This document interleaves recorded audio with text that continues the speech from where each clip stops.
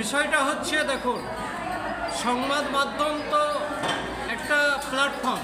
সেই প্ল্যাটফর্মের মধ্য দিয়ে আমরা বোঝাতে চাই যে আমরা সমাজের সামাজিক জীব হিসাবে আমাদের কিছু কর্তব্য রয়েছে। সেই কর্তব্য আমরা এড়িয়ে যেতে পারি না।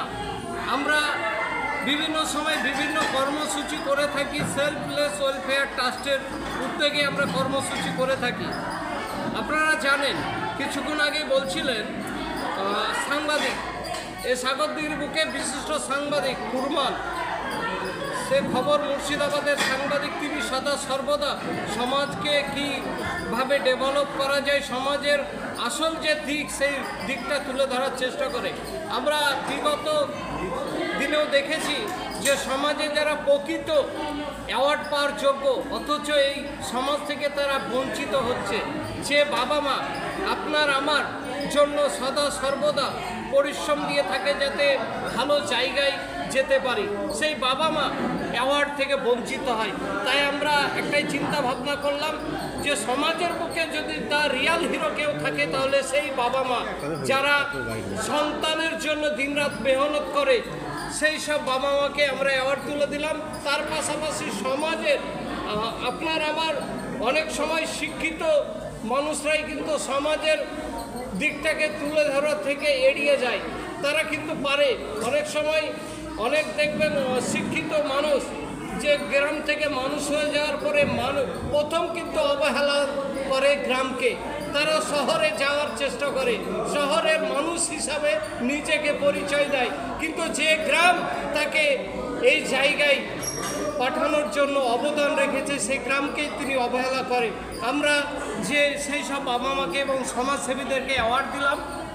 আমরা পরবর্তীতে আবারও এই মাসে আর একটা কর্মসূচি নিচ্ছি হুকারহাটে। আপনারা জানেন যে আমরা ঘোষণাও দিয়েছি যে হুকারহাটে সম্পৃক্তি বাঁচাও যে কর্মসূচির ডাক দেওয়া হয়েছে, কারণ সম্পৃক্তি বড় সংকটময়। আজকের এই ভারতবর্ষ দেখলে বুঝতে পারবেন যে বিগত দিনে যে ভারতবর্ষ ছিল, সেই ভারতবর্ষ আজ আর নেই, সংকটময় হয়ে গেছে সম্প্রীতি।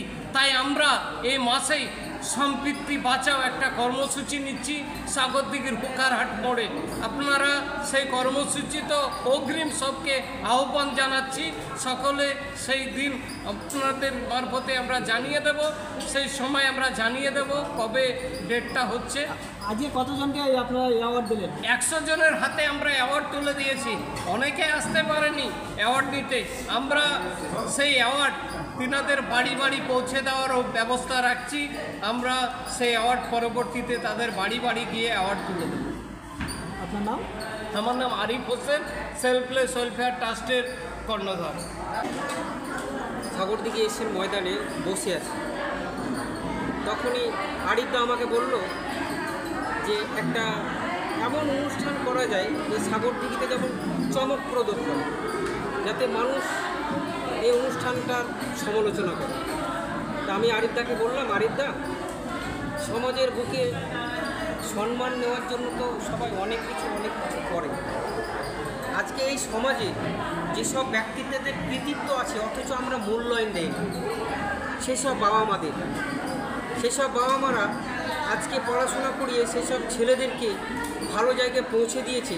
সেসব ছেলেরা কিন্তু স্কুলে সম্মান পাচ্ছে এবং অ্যাওয়ারনেস প্রোগ্রামে সম্মান পাচ্ছে, কিন্তু সেই সব বাবা মার কথা আমরা কিন্তু ভুলে যাচ্ছি।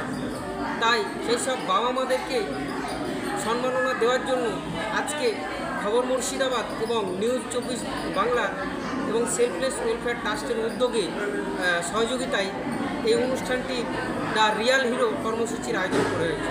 দ্য রিয়াল হিরো কর্মসূচির মূল উদ্দেশ্যটা হচ্ছে গরিব এবং দারিদ্র সীমার নিচে বসবাসকারী পরিবার যেসব কষ্ট করে ছেলে মেয়েদেরকে ভালো জায়গায় পৌঁছে দিয়েছে, সেই সব বাবা মাদেরকে অ্যাওয়ার্ড দেওয়া। এবং এমন সমাজসেবী রয়েছে যে তারা ক্যামেরার সামনে আসে না, তারা ক্যামেরার পেছনে কাজ করে, অথচ এলাকার মানুষ জানে। সেই সব ব্যক্তিত্বদেরকে আমরা এই সভামঞ্চ দ্য রিয়াল হিরো সম্মাননার তালিকায় রেখেছি, তাদেরকে আমরা অ্যাওয়ার্ড তুলে দিয়েছি। আমাদের মূল উদ্দেশ্যটা এটাই ছিল। আপনার নাম এবং পরিচয়? আমার নাম কুরবান শেখ, আমি খবর মুর্শিদাবাদ চ্যানেলের সাংবাদিক।